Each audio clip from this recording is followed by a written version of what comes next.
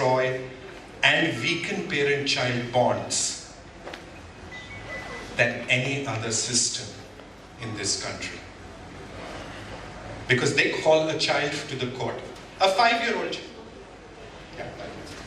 A 5-year-old child is being called to the court and says, "Acha beta, papa ke saath rehna hai, mama ke saath rehna hai." Where does that question even come from? Who's given him that choice? Do you ask him to go, "Acha beta, aaj school jana hai ki nahi jana hai?" When did you last ask your child that? When your child has fever, when did you last ask him, "Acha beta, ye dawai khani hai ki nahi khani hai?" When was the last time you asked him that question? And a judge has the gall to ask such questions to the children. A child coming down to a criminal courts like, let's say, the Tisazari, Sakets, Rohini, Kankarduma, whatever.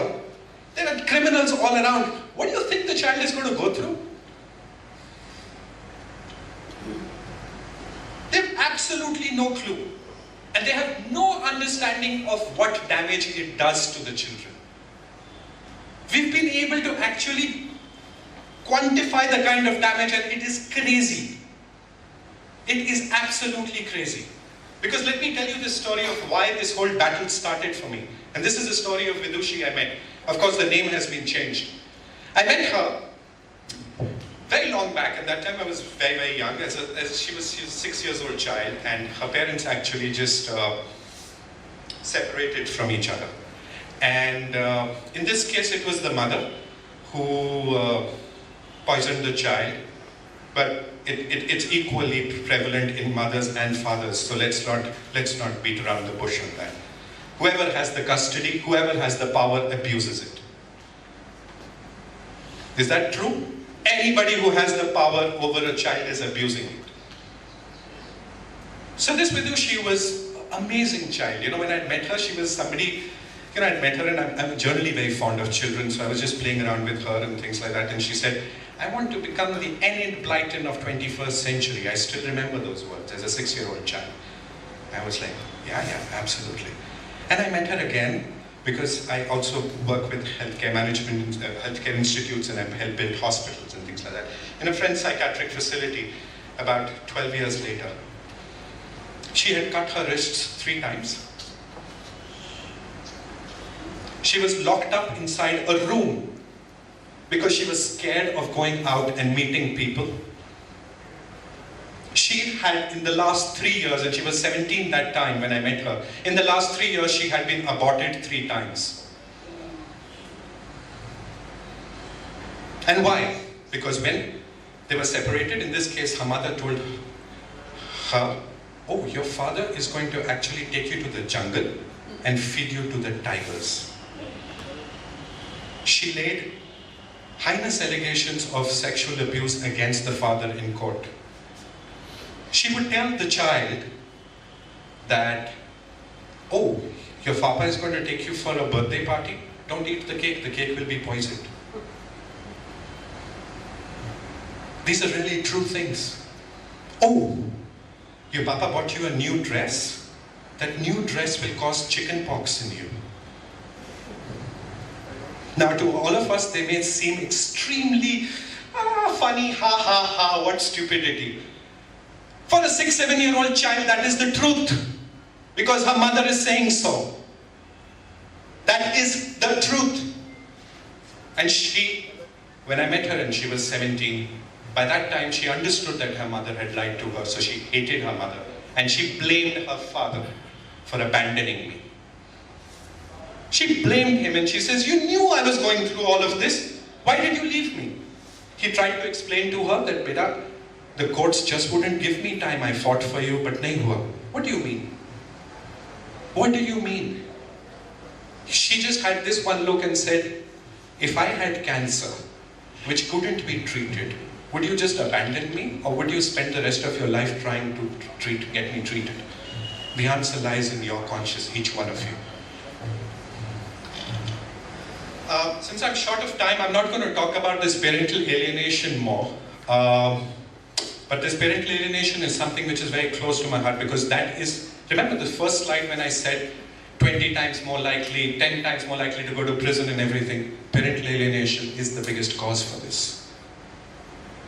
A lot of us don't understand it. A lot of us just go and say, the judges have said, बच्चा नहीं जाना चाहता बाप के साथ या माँ के साथ, तो अब हम क्या कर सकते हैं? Right? But what I would just like to just leave you and touch upon this thing for you would be that it has been found again through very scientific research that 75% of the people who conduct this kind of alienation on the children, or poisoning, or what is known as tutoring and brainwashing, okay, they suffer from a disease which is known as cluster B personality disorder, which is also known, has two various sides, which is borderline personality disorder and narcissistic personality disorder. That's too academic for me to go about it in this forum, right? So I wouldn't. Anybody wants to discuss with me about that, I'll be happy to take it offline. But I will just leave you with one simple thought.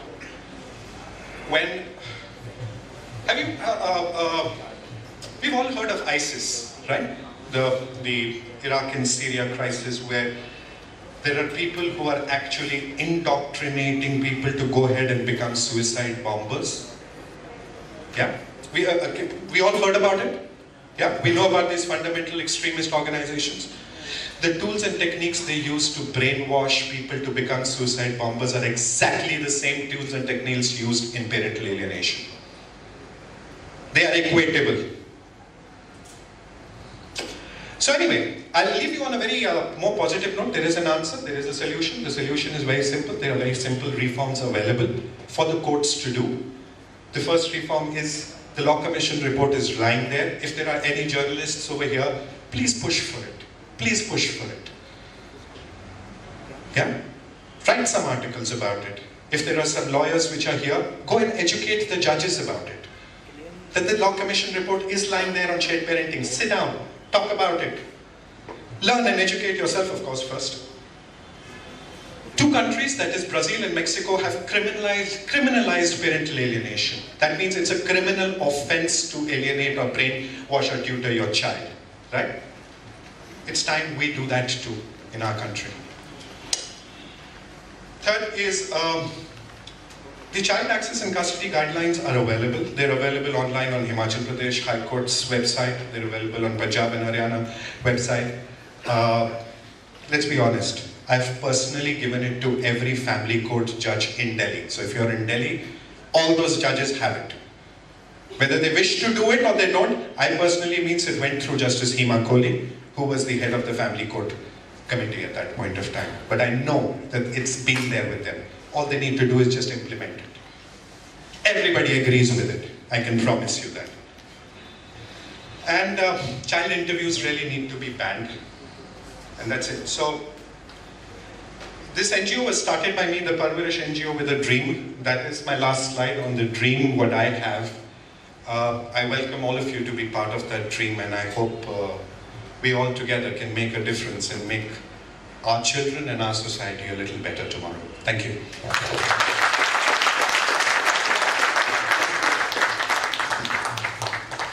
Wow, that was truly, truly impressive. Let's have a huge round of applause for Dr. Kapur here. He has been stupendous with his enlightening us of the parental laws here, of course. Well, there is a slight change in the itinerary here. The Q&A session, the panel discussion was supposed to be at